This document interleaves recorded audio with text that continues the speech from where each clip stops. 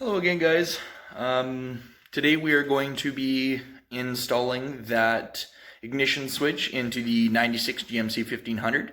I'll show you guys kind of what I did. I had troubles finding a Torx E4 inverted for the ignition switch. You needed that for there was actually two of them, top and bottom. I'll show you how I got them out because I wasn't waiting 4 days for one tool, so I just kind of mashed something together to be able to get them out and put them in.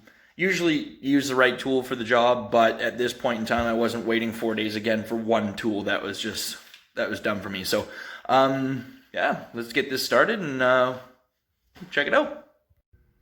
Alrighty, so here we are. So here is the new ignition switch. I went in and installed that myself before I did this video just because I didn't want to be doing all the goofy stuff. So these right here, that one there, and there is one right there. They're Torx E4 inverted or reverse. Now, the tool it's a very specific tool. Some people say that you can order it online specifically for this truck. It's an ignition switch Torx or whatever, but what I ended up doing is I've got a couple extra spare tools here, and what I did was I took this here. It is a 4, but it is a 12 point, and as you can see, I mashed it down to the point where the top and bottom was making contact with it and just come out that way. Now, these are not supposed to be in there mad tight, but they're supposed to be in there pretty tight, which I got them in there. That tool did fine. Again, use the proper tool. I just, again, wasn't waiting that long for that tool, or I just couldn't find it, and yeah, I wasn't ordering a whole kit just for one. So I'm going to show you how this goes in here with the old one. So over here is the old one. And this piece here, it just kind of slides in. It slides in like so. As you can see, top, bottom, there's the little prong up there, and slides in. And then this little piece right here is just for your door chimer. I'm probably going to leave mine disconnected, to be honest with you, because let's be real here, those are just annoying. Unless someone tries to steal your truck, I don't know, we'll see what happens. So once you push that in there and you do those two up, you want to make sure that you leave it disconnected so that you can run it through here. So it needs to come up under through here, along with these wires too. If you, when you pulled it apart, you had to maneuver or move those. And you want it to come up, as you can see, come up over top of this brace here, under the column, in between the column and this brace, and then down through here. There's a bar. This bar here, you want it over top of that bar. So all the wires and stuff go over top of that bar. And I'll show you why in a second. Okay, so here is the rest of that brace. We were up here, but we are now going to follow them through here. Here's that bar I was talking about, over top of the bar.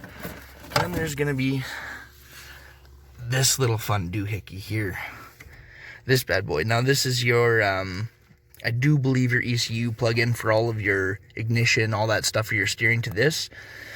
So if you want to get this bad boy out, somebody was already in here before me. And if you can see right here, there's a hole there. That is supposed to have a bolt in there. Once you have that bolt taken out, you just, if you can see right there, you just kind of take your thumb, push up on the bottom of it, and it lifts it up and off.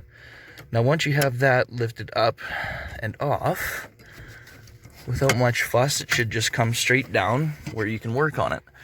Now, as you can see inside of here, try not to move those wires too aggressively. There's a little 7mm inside there, which holds this all together. That's kind of just to make sure all your connections and stuff are good. Make sure that thing's nice and tight. You don't want that coming loose because that'll cause a lot of problems. You might see this here. This was for a security system I had in the truck. I had to take it out just to zero out my problems with what I was having, just to make sure it wasn't that cutting the thing out. I'll probably install that later, maybe do another video of that. But yeah, so once you have it all connected, you just basically reverse of what I taught you. Just go in. As you can see, this tab right here, you want to make sure that it just slides down just like that. And then you can put that bolt in, which I'll be doing later. I'm just doing a little quick thing. Also, right here, in beside the two side clips, there's small little clips on each side of this, which I will show you right here. They just kind of go on both sides of here. See how it's got this side and this side? There's two little clips. I do believe one is black and one is, or yes, one's black and one's gray, I do believe. And they just clip into both sides. And to kind of secure them in, they have these two clips here, which I'll be putting back in.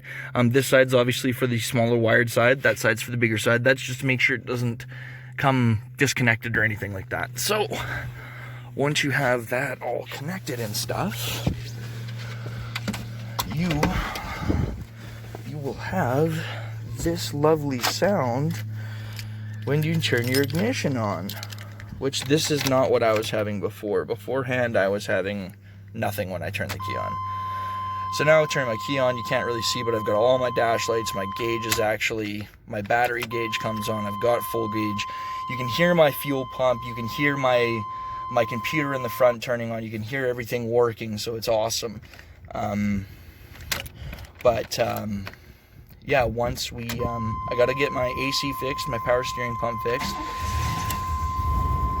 I do need to drive this thing quite a bit because it's got some dirty fuel in it, and it doesn't really quite like starting. I might need to change out the fuel filter as well because it's kind of yucky. But I also do have a power steering problem. Doesn't really quite like to go back and forth unless you actually give it throttle. But you know, you turn, you give her throttle, and it starts to go, right? So malfunctioning power steering pump, which is no big deal. We'll be doing another video on replacing that as well. I do have a Volkswagen, an 03 that my little brother owns that he is doing a clutch and stuff on, and once he starts putting it back together, if you guys have any questions on stuff like that, we can try and cover the most of it.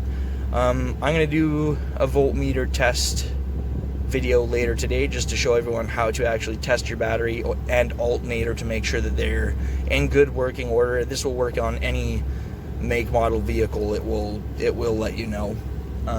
But yeah, thank you for watching, and I will make sure that once I have everything back together and cleaned up, I will show you guys how it looks. Thanks for watching.